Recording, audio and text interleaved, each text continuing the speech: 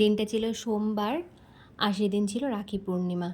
মা প্রত্যেক বছর যেমন আমার ছেলেদের রাখি বাঁধে, এবছরও রাখি বাঁধবে। তাই সকাল সকাল বড়মশাইকে বলেছিলাম ঠাকুরের জন্য একটু ফুল, দুটো রাখি আর একটু মিষ্টি নিয়ে আসতে, 5 রকমের। তো এই দিয়ে রাখি বাঁধা হবে। আর এবছরে রাখি বাঁধা শুনছি 2টো টাইম পড়েছে। আর এদিন গোকুলের স্কুলও ছিল, ওই জন্য সকালের দিকে আর টাইম পাইনি।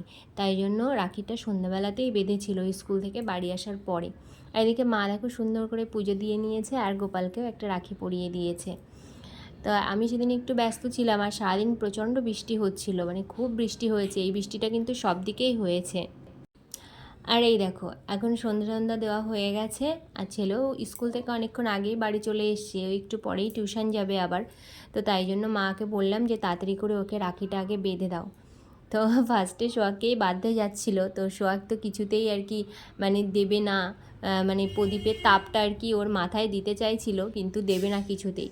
তারপরে আমি মাকে বললাম যে মা তুমি আগে গোগলকে দাও, তারপরে সোহাগকে দাও, কারণ গোগলেরটা দেখলে তারপরে সোহাগ কিন্তু বাঁধতে দেবে, নইলে কিন্তু খুব বিরক্ত করবে।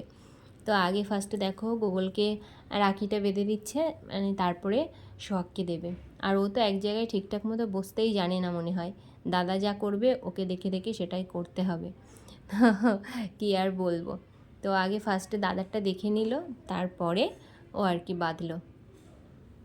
আর প্রত্যেক বছর মায়ের রাখি বেঁধে দেয়, যেহেতু আমার নিজের কোনো মেয়ে নেই ঠিক কথাই, কিন্তু ওর বোনেরা আছে, তবে ওই সময় সুযোগ হয় না কারোর, আর সবাই এক জায়গায় হওয়াও হয় না।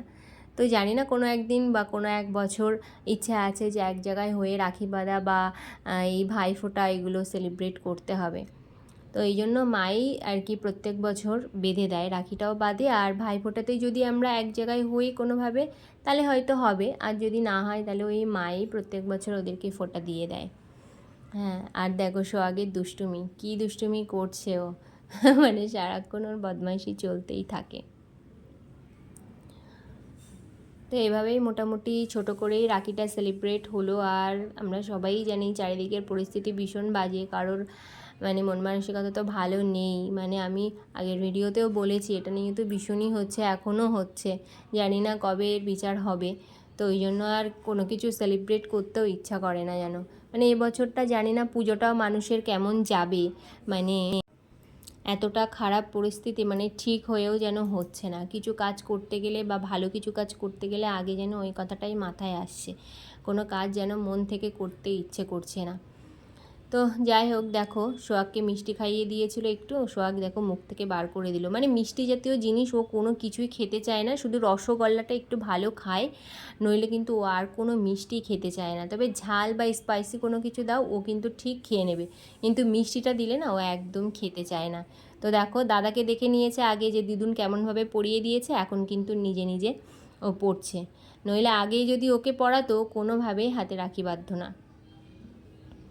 আর ওদের গিফট হিসাবে মা দেখো ওদেরকে একটা করে আইসক্রিম দিয়েছে। কী দেবো ভাবছিল, তো আমি বললাম যে আইসক্রিমই দাও, আর অন্য কিছু দিতে হবে না। সত্যি কথা বলতে সোহাগ একদমই খেলনা নিয়ে খেলতে চায় না, আর গোগলো এখন অনেকটাই বড় হয়ে গেছে, ওই জন্য মা বললো ঠিক আছে তাহলে দুজনকে দুটো আইসক্রিম দিই। তো এই ভিডিওটা আজকে এই পর্যন্ত।